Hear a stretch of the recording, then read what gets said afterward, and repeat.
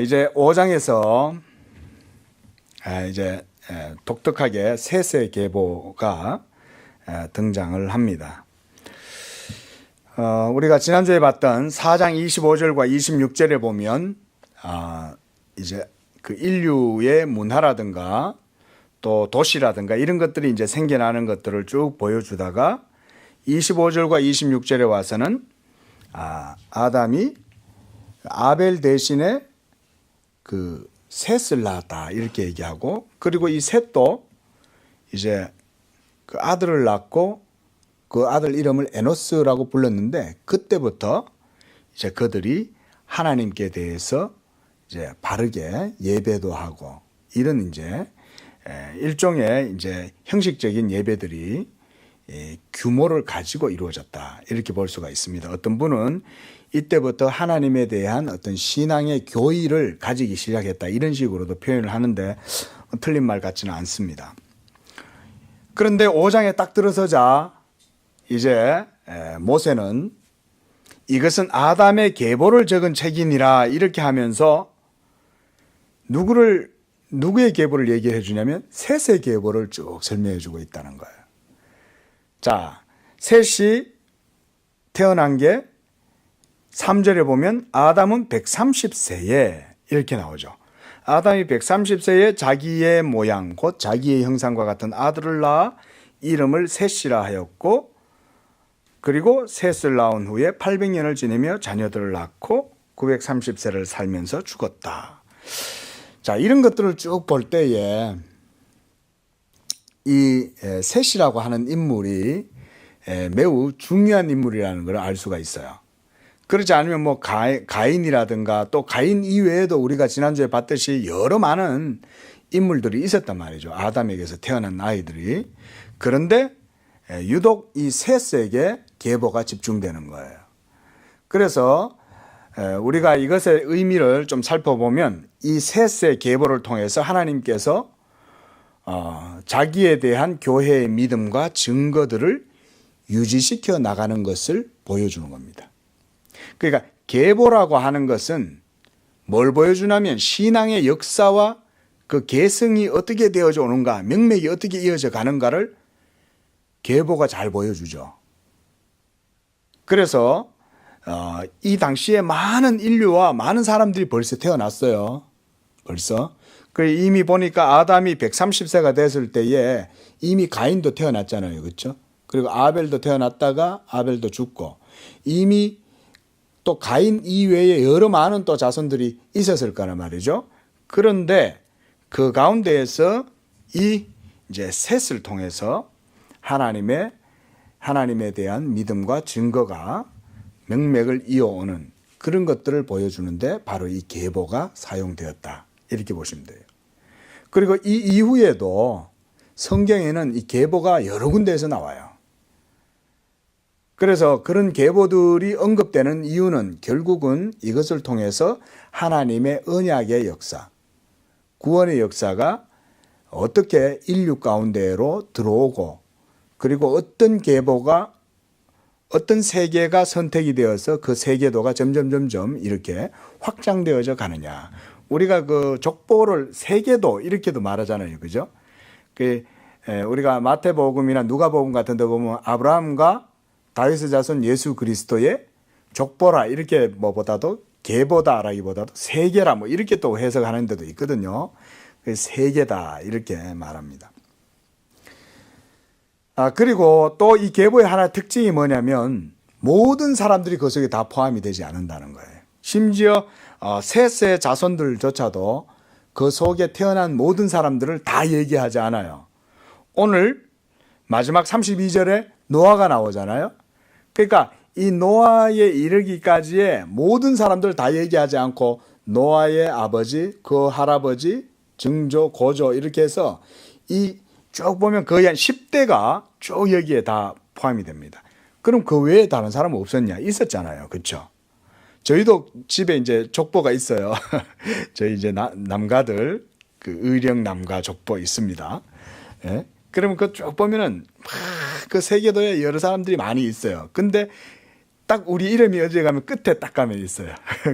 상수, 상규 뭐 이렇게 쭉 있습니다. 그러면은 그 이렇게 우리의 계보는 쭉 해서 다른 사람들은 다 제쳐놓고 딱고 이제 시조에서부터 이렇게 연결이 딱 되잖아요. 이건 마찬가지입니다.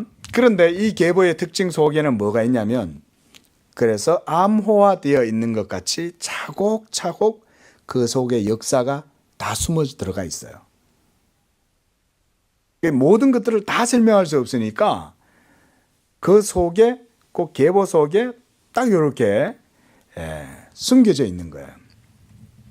그래서 이런 계보를 통해서 인류 역사의 현장이 이제 보존되어 있다. 우리가 이렇게 말씀을 드릴 수 있습니다. 그러니까 우리가 계보를 역으로 좀 생각을 해보면 이럴 수 있어요. 오늘날 이런 계보들을 말씀을 통해서 이렇게 살펴볼 때 마치 그 누에 고치 있잖아요. 누에 고치에서 우리가 그 실을 빼내가지고 그 나중에 비단을 만들잖아요. 천을 만드는데. 그런 실을 풀어내듯이 그런 신락 같은 역사 속에서 당시의 실제적인 그런 역사를 현실감 있게 살펴보는 것이 우리가 오늘의 주된 목적이라고 할 수 있어요. 이 짧은 이 계보 속에. 이는 오늘날도 마찬가지입니다. 수십억의 사람이 이 땅에 살아가고 있지만, 그러나 하나님께서 이 많은 인류의 70억이 넘는 사람들 속에 자기의 이름을 위해서 아주 소수의 사람들을 남겨두시고 그들을 통해서 하나님의 증거가, 또 교회의 복음이, 진리가 완전하게 사라지지 않고 그 믿음의 증거가 계속해서 명맥이 유지되도록 하신다. 제가 이 말씀 준비하면서 그런 생각이 들더라고요. 우리 양재교회도 바로 이와 같은 이 누에고체에서 이 착착 풀려 나오는 이 그 한 줄기 신락 같은 그런 신앙의 명맥을 이어가는 그런 교회구나, 이 마지막 시대에.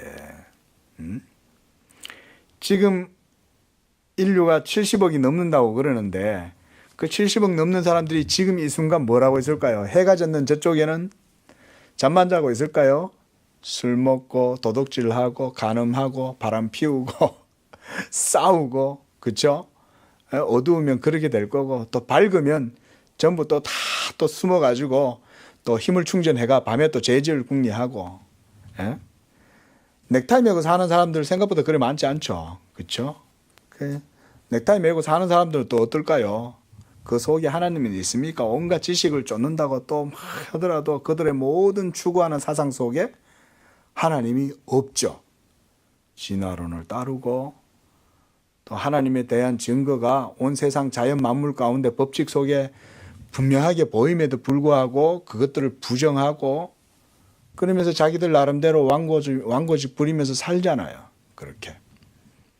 그런 사람들과 그런 지구의 인류 속에서 하나님께서 우리를 믿음의 증인들로 불러주셨다는 거예요. 바로 오늘 그 사람들이 이 5장에 나와 있는 사람들하고 같은 사람들이에요. 아주 신락 같잖아요. 얼마나 많은 사람들이 있었겠어요. 노아 홍수로 세상을 심판하고 그렇게 할 때 그 창조과학자들의 추산에 따르면 최소 지구에 100억 정도의 사람은 있었을 것이라고 생각하거든요. 그런데 그 100억 중에 누가 구원받았어요? 그래 따지면 그 말로 하자면 노아와 노아의 가족들만 구원받았잖아요. 그래서 우리 종교개혁자들 중에 유명한 신학자들도 그런 말 합니다. 마지막 날에 온 세계가 하나님 앞에 전 우주적인 심판을 당할 때 구원받을 사람의 숫자가 생각보다 많지 않을 것이다, 이렇게 말하는 거예요. 교회 내에도 가라지가 많고 알곡들은 적고, 예수 믿는다고 전부 다 교회를 다니긴 하는데 예수는 안 믿고 그냥 교회를 다니는 거예요. 그냥 그런 사람들이 너무나 많은 거죠.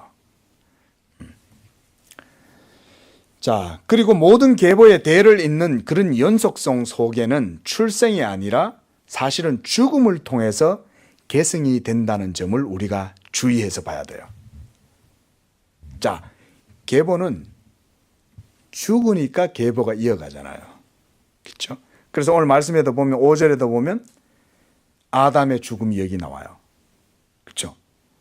그는 930세를 살고 죽었더라. 아담이 죽은 거예요. 선악과를 따먹어서 죽은 거예요. 그냥 자연사한 게 아니에요. 형벌이에요. 죽음이. 그 다음 8절에도 에노스도 807년을 지내며 자녀들을 낳고 920세를 살고 죽었어요. 예. 그리고 912세. 예. 그 다음 11절에도 게난도 905세를 살고 결국은 죽었어요. 14절도 17절도 20절도 27절도. 그런데 중간에 전혀 다른 사람이 하나 툭 튀어나와요. 누구냐면 23절이에요. 바로 에녹이에요. 에녹은 365세를 살았더라라고 말만 하고 죽었다는 얘기가 안 나와요. 에녹은. 그러면서 24절에 뭐라고 얘기해요? 에녹이 하나님과 동행하더니 하나님이 그를 데려가심으로 세상에 있지 아니하였더라. 놀라운 일이 벌어진 거예요. 다 그냥 자연적으로 죽을 줄만 알았는데 죽음을 보지 않고 하늘로 들리움을 받는 승천해버린 사람이 이 시대에 등장한 거예요. 이거 좀 이따 얘기를 하겠습니다. 자, 여러분, 이렇게 죽음은 우연이나 자연적인 그런 게 아닙니다. 이거는 죽음을 예수 안 믿는 사람들은 자연적인 걸로 받아들이잖아요. 인류의 생사하복, 그 다음에 나고 살고 죽는 거를 자연으로 생각하잖아요. 자연은 그 사람들 왜냐하면 하나님의 법을 모르니까 자연이라고 생각하는 거예요. 죽는 거 자연 아닙니다. 우연 아니에요. 그건 뭐냐면 형벌이에요. 어디서 유래됐습니까? 어디서 유래가 됐어요? 바로 아담의 범죄로 말미암아 사망이 세상에 들어온 거예요. 그러니까 천년까지 거의 천년 가까이 살아도 결국은 죽는 거예요. 그게 우리의 죽음과 다를까? 다를 바 없어요. 우리는 7, 80년 살다가 죽고 요즘은 조금 더 수명이 연장이 돼서 한 100세 이상까지 살지 몰라도 결국은 죽는 거예요. 예. 그래서 오늘 본문에서 인류의 조상 아담의 죽음이 나옵니다. 그리고 이 아담이 죽을 때는 아직 에녹은 승천하고 이런 게 없어요. 에녹의 승천의 사건이 일어나기 전에 아담이 먼저 죽어요. 아담이. 그러니까 아담은 그걸 못 본 거예요. 에녹이 승천하는 거를. 예. 자, 아담은 언약의 머리입니다. 그러니까 우리 모든 인류의 대표, 언약의 대표라고 그래요. 그래서 근데 그가 죽음을 겪고 있습니다. 그리고 이 죽음을 통해서 그 시대의 모든 사람들이 무엇을 생각했겠습니까? 아담의 죽음을 통해서. 아담은 모든 그 당시 사람들의 족장이고 머리잖아요. 우두머리였을 거 아니에요. 할아버지가 이렇게 맨날 막 몸이 건강치 않으셔가지고 움막에만 막 거하시다가 어느 날 죽었다 그러니까 그 당시에 사람들이 인류의 대표니까 다 모이지 않았을까 싶어요. 그죠? 유명한 사람이잖아요. 인류의 시조인데. 그런데 그 아담이 죽었어요. 그러면 많은 사람들이 엄청난 충격에 사로잡힐 수도 있어요. 아, 죽는구나. 이걸 보여주는 거죠, 하나님이. 이게 형벌의 교훈입니다. 하나님이 그래서 어떤 주석가는 하나님이 그래서 이 아담은 에녹의 승천 사건을 목도하지 못하게 하셨다. 이렇게 하는 거예요. 자, 여기서 이제 셋의 존재와 그 의미가 이제 서서히 드러납니다. 아담의 죽음은 그것으로 끝나는 것이 아니라 하나님께서 그의 형상과 모양을 가진 이 셋을 통해서 그 믿음이 계속 계승되고 지속적으로 후손에게 전달되게 되었어요. 자, 우리가 여기서 이제 그 비단의 실타래를 풀어내듯이 한번 좀 풀어내보자 이 말씀입니다. 뭐냐면 아담이 몇 살을 살았어요? 930세를 살았잖아요. 그러면 930세를 사는 동안 아담은 뭘 했을까요? 거기 4절 말씀 한번 보십시오. 아담이 4절 말씀에 보면 셋을 낳은 후에 800년을 지내면서 자녀들을 낳았어요. 참 오래 살면서 자녀도 많이 낳는다. 저기 인도라든가 못 사는 우리 GNP가 굉장히 열악한 나라들 있잖아요. 근데 그런 나라가 행복 지수가 높다 그러잖아요. 제가 뭐 때문에 행복 지수가 높을까? 그래 가만 봤더니요. 못 사는 나라 사람들이 애를 많이 낳는 거예요. 애를 많이 낳는다는 얘기는 부부 관계가 좋다는 얘기잖아요. 부부 관계가 좋으니까 행복 지수가 높지. 제가 그런 생각도 해봐요. 네. 왜 이렇게 잘 못 사는 나라 사람들은 자녀를 많이 낳을까? 그러고 보면 역으로 오늘날 우리가 GNP가 높은 나라 사람들은 자녀를 잘 못 낳잖아요. 이유가 뭘까? 조금 사회적으로 사회학적으로 좀 살펴볼 필요가 있어요. 예? 그러면 자본주의가 되니까 오히려 사람들이 더 결혼 안 하고 혼자 살고 이러니까 우리나라도 지금 인구 절벽이 지금 코앞이 지금 닥쳤잖아요. 벌써 지금 닥쳤잖아요. 예? 자, 근데 그때 당시에는 800년을 지내면서 이 자녀를 낳고 사는 거예요. 예? 자, 그런데 이런 것들을 통해서 태어나고 살고 죽는 문제를 통해서 인류 역사의 과정이 압축적으로 보이고 그리고 그 속에서 결국은 죽더라도 결국 사람들은 죽더라는 거예요. 죽음을 경험하더라는 것입니다. 그러나 그것만으로 끝이 아니라 에녹을 통해서 또 죽지 않고 승천해서 가더라. 이런 말씀도 이제 나오는 거예요. 예. 그래서 아담이 죽기 전에 800년 동안 자녀들한테 뭘 했는가를 한번 생각할 필요가 있어요. 그래서 우리가 이런 말씀들을 읽을 때는 좀 이렇게 우리가 알사탕을 한꺼번에 깨물어 먹으면은 혀도 다칠 수 있고 안 되잖아요.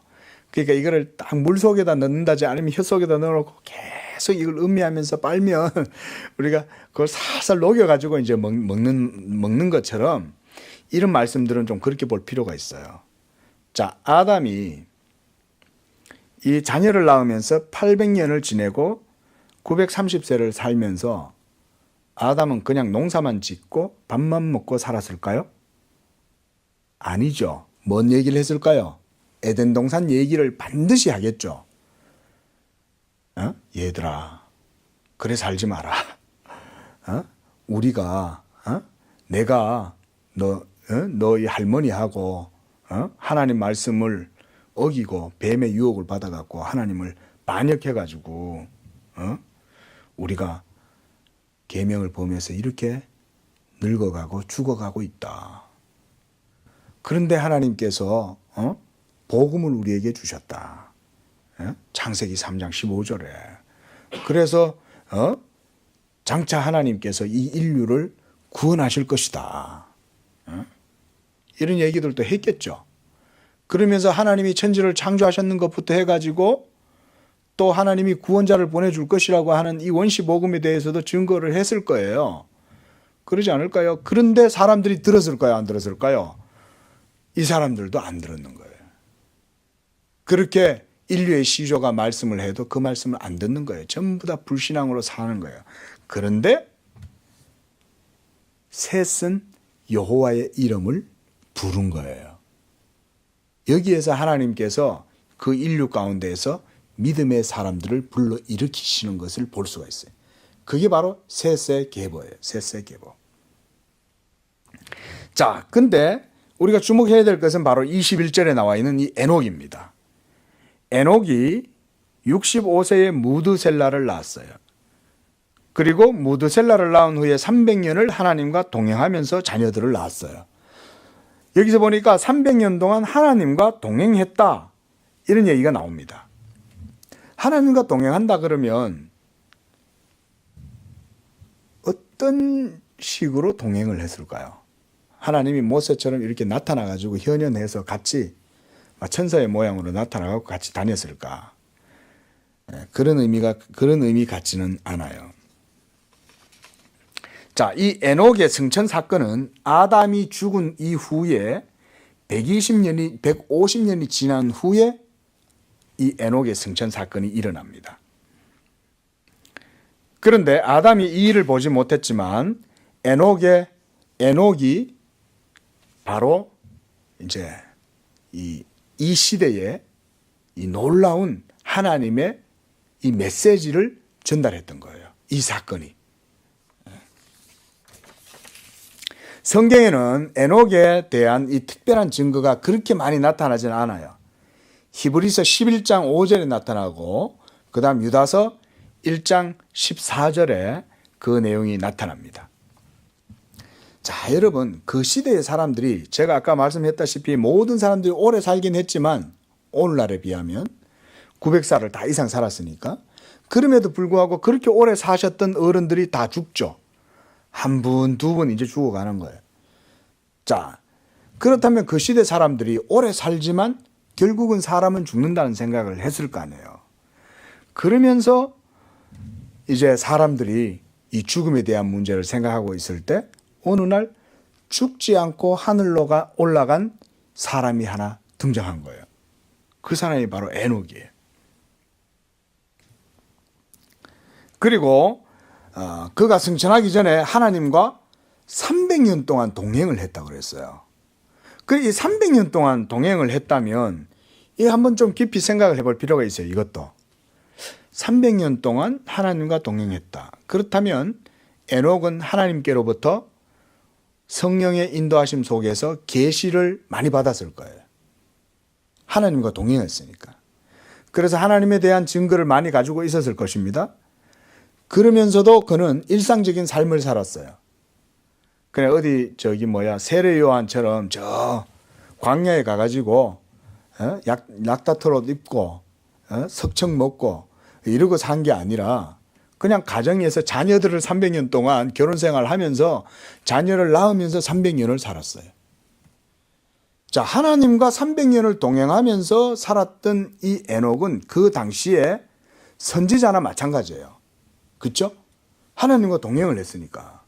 그러면서 하나님의 뜻을 그 시대 사람들에게 전했을까요? 안 전했을까요?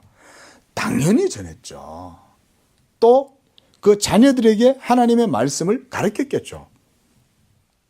우리 건우가 있잖아요. 그럼 제가 집에서 우리 건우한테 말씀을 가르친단 말이에요. 건우야, 앉아봐. 성경을 읽어주면서 이 성경의 의미도 설명해주고 그렇게 한단 말이죠. 에녹도 그 많은 자녀들이 태어나면 그 자녀들에게 하나님 말씀을 가르쳤을 거예요. 자, 이렇게 범죄와 타락과 온갖 악이 가득한 그 시대에 복음을 전했던 에녹, 그는 하나님과 동행했다는 것이 바로 그가 진리의 증거를 갖고 살았고 그것을 그의 자손들에게 전하였을 뿐만 아니라 그 시대의 모든 동시대 사람들에게도 증거했을 것이라는 것입니다. 그래서 어느 날 갑자기 하나님께서 이 에녹을 데리고 가버리신 거예요. 취하여 가셨어요. 예. 그래서 에녹의 승천을 통해서 당시 사람들에게 어떤 사건이 이게 어떤 의미가 생겼냐면 불멸성에 대한 확실한 믿음을 승화시켜 준 거예요. 불멸성. 모든 사람이 다 죽잖아요. 다 죽고 늙어가고 이러는데 그럼 그걸로 그냥 끝이려니 생각했는데 그게 아니라 아니 죽음을 보지 않고 이 에녹이 자기들과 함께 살던 사람이었잖아요. 어느 날 계속 하나님 믿으라고 막 얘기도 하고 똑바로 살아야 된다고 얘기도 하고 막 죄 짓지 말라고 얘기하던 사람이 승천을 해버린 거예요. 얼마나 놀랐겠어요. 그 당시의 사람들한테. 그게 여러 가지 의미가 있지만 그 중에 하나가 뭐냐면 죽음 이후에 내세가 있다는 것, 그리고 천국이 있다는 것, 그래서 부활에 대한 그리고 영혼의 불멸성에 대한 불멸의 세계를 그들이 확실한 믿음으로 가질 수가 있었다는 거예요. 자, 그러므로 이 에녹의 승천 사건은요, 노아의 홍수 사건과 아주 밀접한 관련이 있어요. 그렇게 봐야 돼요. 왜냐하면 결국 이후에 일어나게 될 이 노아 홍수 심판의 전조가 바로 이 에녹의 승천 사건이에요. 에녹이 승천하는 걸 보면 사람들이 하나님이 살아계시다는 걸 생각할까요, 안 할까요? 에녹은 계속 300년 동안 복음을 전했거든요. 그런데도 안 믿고 있다가 어느 날 에녹이 살아서 죽지 않고 살아서 승천하는 걸 보니까 사람들은 내세뿐만 아니라 불멸성뿐만 아니라 사후 세계에 있을 하나님의 준엄한 심판까지 생각하는 거죠. 하나님이 살아계시니까. 그 똑바로 살아야 되겠다는 생각하겠죠. 예. 그게 하나님께서 그 당시에 있었던 사람들에게 주신 메시지예요. 이 에녹을 통해서. 그 에녹의 사건이 우연하게 생긴 건 아닌 거예요. 그러니까.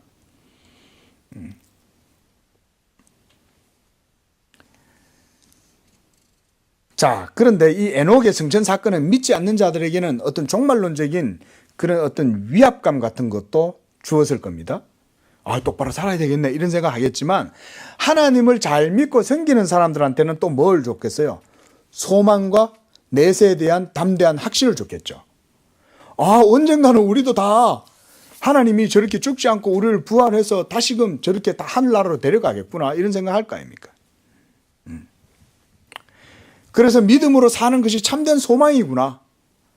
헛된 소망이 아니구나. 믿음으로 살면 하나님께서 저렇게 죽음을 보지도 않고 산채로 데려갈 수도 있구나. 이런 생각을 할 수 있죠. 그리고 그를 데리고 간 장소도 우리가 살고 있는 이 땅뿐만 아니라 저 하늘도 있구나. 이런 생각 당연히 하는 것입니다. 그래서 경건하게 하나님을 믿고 그 믿음의 증거를 지키고 살아가는 자들은 하나님께서 반드시 상을 주시는구나. 하나님을 기쁘시게 하고 하나님과 함께 동행했던 그 에녹이 하나님께 죽지도 않고 승천한 것처럼 하나님께서 그렇게 믿는 자들에게 천국의 위로와 내세에 대한 소망을 주시는구나. 그런 생각하는 겁니다. 그래서 히브리서 11장 5절에는요, 이 에녹에 대해서 뭐라고 말하냐면 저는 하나님을 기쁘시게 하는 자라 하는 증거를 받았다. 이렇게 말해요. 그러니까 에녹은 하나님을 기쁘시게 했다는 거예요. 하나님의 뜻대로 살았다는 거죠. 오늘날 우리도 이와 같이 하나님을 기쁘시게 하는 삶을 살 수 있기를 바랍니다. 오늘날도 우리는 이와 같이 사는 거예요. 이 70억 인구 중에 바로 이 셋의 후손들처럼 우리는 이제 누구의 후손이에요? 영적으로 아브라함의 후손이죠. 우리는 당군의 자손 아닙니다. 당군의 자손은 이미 예수 믿기 전에는 당군의 자손이었던 거예요. 그런데 예수 믿는 사람들은 이제 당군의 자손이 아니라 아브라함의 자손, 영적인 자손들이에요. 우리는. 이제 에녹의 후손들이 번성해 나갈 때 에녹의 승천 사건이 큰 자극을 주었는데 노아라는 이름에서 특히 우리가 이런 것들을 볼 수 있어요. 노아라는 이름. 자, 29절 말씀 한번 보십시오. 여호와께서 땅을 저주하심으로 수고롭게 일하는 우리를 이 아들이 안위하리라. 이게 노아의 이름이에요. 노하다 이 말은 노흠이란 말이 이 위로하다라고 하는 그 의미에서 나와 있어요. 이 노아흐라는 말 이게. 그래서 노아가 아직 자라지도 않고 태어나지도 않았을 때에 사람들이 노아에게 이런 이름을 붙여주었어요. 놀라운 일이죠. 노아가 이제 태어나서 아직 자라지도 않은 어린아이인데 이 태어난 이 노아에게 이름을 노아라고 붙여주었어요. 하나님이 우리를 이 아들이 안위하리라. 이렇게. 이게 매우 특별한 사건입니다. 그랬다지면요. 어떻게 해서 노아에게 이런 이름을 붙여줬는지 모르지만 칼빈은 그래서 이렇게 주석해요. 성령의 역사하심 속에서 사람들이 이 노아에 대해서 예언적으로 이름을 붙여주었다. 이렇게 말을 해요. 자, 보세요. 수고롭게 일한다. 거기 보니까 29절에 수고롭게 일하는 우리를 이 아들이 안위하리라. 수고롭게 일한다는 말은 뭐냐면 그 당시의 시대상을 보여주는 겁니다. 당시에 땅이 저주를 받아서 아무리 일을 해도 그 효과를 보지 못해요. 사람들은 먹고 살아야 되는데 그러려니 땅을 파서 일구고 채소를 가꾸고 먹을 걸 심어야 되잖아요. 그런데 하면 할수록 온갖 잡초와 은건키와 가시들이 일어나서 도대체 이 식물을 이게 키워가지고 채소들을 기르기가 쉽지가 않은 거예요. 우리 성도들 혹시 옛날에 그 밭에서 일 해보셨어요? 안 해보셨습니까? 예, 조금 해보셨습니까? 예, 저도 조금 해봤습니다. 아버지가 이제 농사를 지으셨으니까. 그러면은 아버지가 이제 일을 시켜요. 그 가서 고추 따라. 내가 제일 힘든 것 중에 하나가 뭐냐면 고추에 고추 따는 거. 고추 안 따본 사람들은 그 모릅니다. 고추를 따면요, 그 고추밭 속에서 허리를 숙이고 그 질질 이 마대 푸대를 끌고 막 이 비료포대죠. 옛날에는 마대도 별로 없어갖고 그럼 그 마대 이 비료포대를 끌고 가면서 그거다가 푹푹 담다가 또 이제 무거워지면은 이걸 또 일어나서 들고 옮겨야 돼요. 그걸 또 밖으로까지 또 들고 나가야 돼요. 근데 고추를 딸 때는 고추가 익을 때거든요. 그러면 날이 얼마나 뜨거운지 아세요? 그러면은 해가 쨍쨍 비치는데 거기에 앉아가지고 이 고추를 따고 있는데 얼마나 힘든지 몰라요. 그것뿐만 아닙니다. 농사 짓는 걸 제가 봤기 때문에요. 약도 안 치면 안 돼요. 잡초가 얼마나 많이 나는지 몰라요. 제가 어릴 때 그런 생각했어요. 옛날에 농사 안 지을 때는, 옛날에 이 농약이 없고 할 때는 도대체 어떻게 했나. 오늘 아버지가 오시더니 제초제를 한번 쫙 뿌리니까 잡초가 싹 죽는 거예요. 그래서, 이야, 그 옛날에는 진짜 힘들었겠다. 그리고 비닐도 깔잖아요. 이게 멀칭을 하잖아요. 멀칭 비닐을. 그 멀칭을 하니까 이 또 풀이 안 자란단 말이에요. 그 옛날에는 폴리에틸렌 이런 필름이 없을 때, 그 어떻게 농사를 지었나.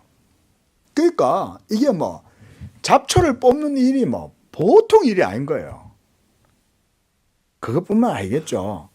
뭐 조금만 곡식을 좀 이제 추수를 해가지고 곳간에다 조금 쌀만 하면은 또 흉악한 놈들이 와가지고 또 다 또 훔쳐가죠. 특히 당하는 사람들은 누구였겠어요? 새쪽석들이겠죠. 그렇죠? 이 새쪽석들은 믿음의 사람들이니까 착한 거예요. 예. 남을 공격할 줄 몰라. 예? 그러니까 가인 족속들이 도시를 쌓아가지고 있으니까 도시에 무슨 먹을 게 납니까?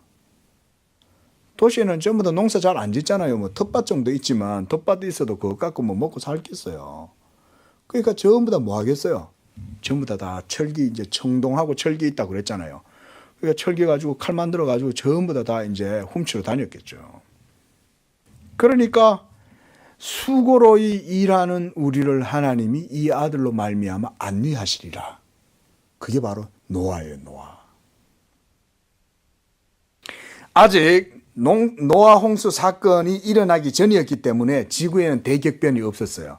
그러니까 지구의 환경 그 자체는 자연 환경이 생물들과 그리고 동식물들의 생장 조건에 최적이었을 거예요. 그러니까 사람의 숫자도 기하급수적으로 늘어나는 거예요. 잘 먹으니까 넘치는 이 스태미너를 뭐에다가 해소하겠어요? 전부 다 자녀들을 많이 낳는 거예요. 예? 그러고 사는 거예요, 인간들이. 그 뭐 아버지가 누군지도 모르는 경우도 많겠죠. 뭐 얼마나 음란하게도 살고 죄를 지었겠어요. 그러니까 이 사람들이 하나님께서 수고로이 일하는 우리에게 이 아들로 말미암아 안위를 베풀어 주신다. 그래서 노아의 이름이 안위라는 이름인 거예요. 안위.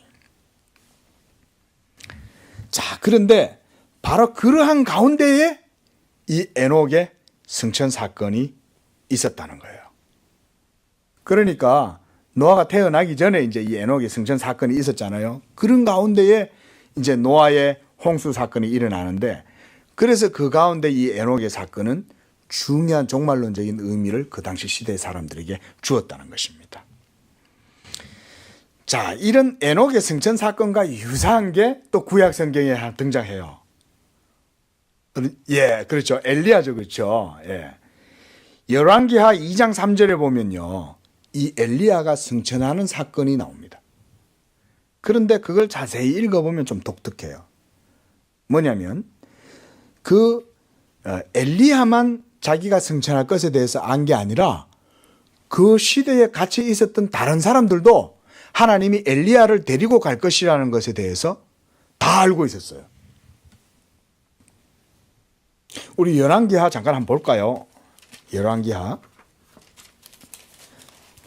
구약성경 562쪽 어간에 있습니다. 제 성경으로 561장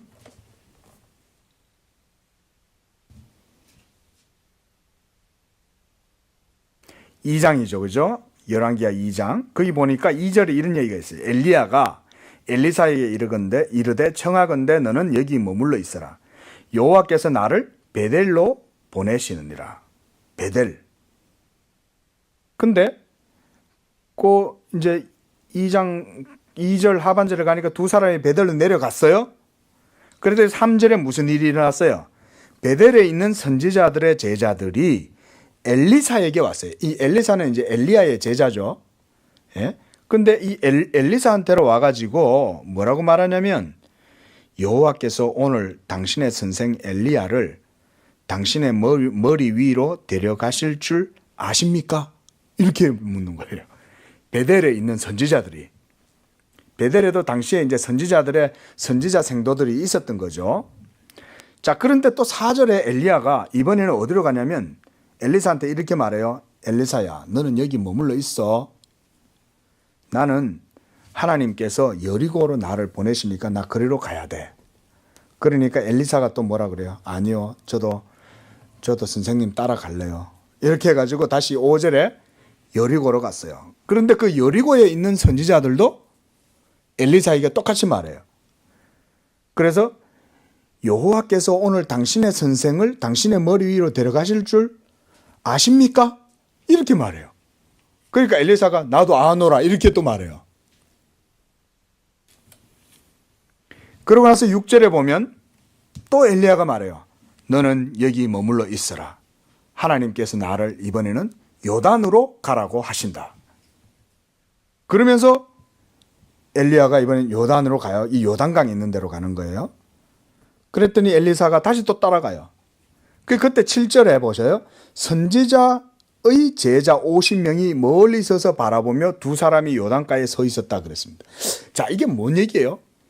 엘리야가 하나님께로부터 하늘로 들리음을 받을 때 엘리야와 엘리사만 알았던 것이 아니라 베델과 여리고와 요단에 있었던 많은 사람들이 엘리야가 승천하리라는 것에 대해서 성령의 지시로 다 알았던 거예요.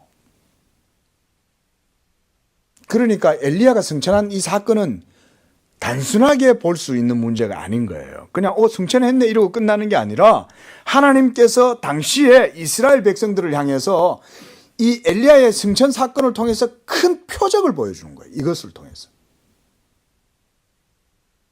그러니까 여러분 당시에 이 에녹의 시대로 다시 우리가 돌아왔어요. 이 에녹의 승천 사건은 당시 사람들에게 있어서 엄청나게 큰 메시지를 전달해 줬다고 볼 수 있어요.